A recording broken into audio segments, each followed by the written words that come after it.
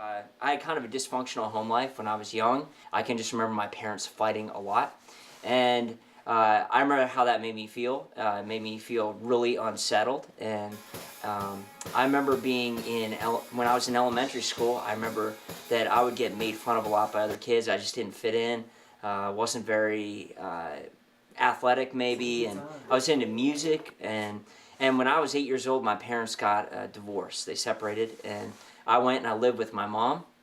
When I was about 11 years old, I remember that I began to play guitar, and I got really into it. And I had a really kind of bumpy home life, and it was still bumpy. My mom got remarried. I ended up getting involved in drugs and alcohol, and I ended up dropping out of college, dropping out of high school. I was a thief. I was a drug addict.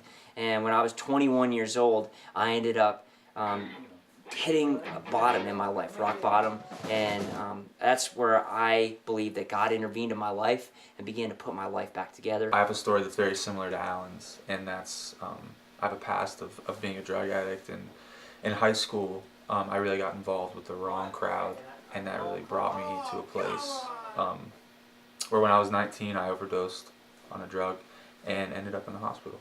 It was then that God told me, Matt, I got so much more planned for you.